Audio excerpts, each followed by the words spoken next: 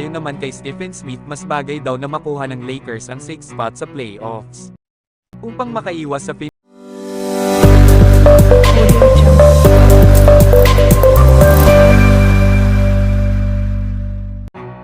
isang pagsubok na naman at sila ay nasa standing ngayon ng 12 seeds at may 29 wins at 32 losses.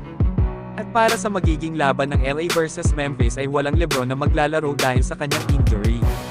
Ayon sa report ni Shams Charania ng The Athletic na ang nakuhang right foot injury ni LeBron sa laban ng Dallas ay maaaring hindi na makabalik ngayong season.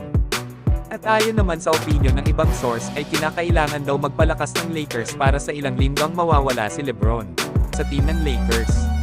Dahil tanging mga injury talaga ang number 1 kalaban nila.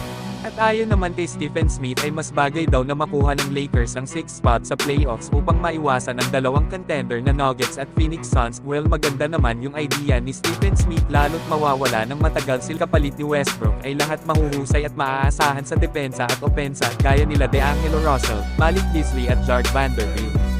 At yan lang mga idol ang ating bagong update at kung nagustuhan mo ang ating video ay pakipindot na lamang ng subscribe button.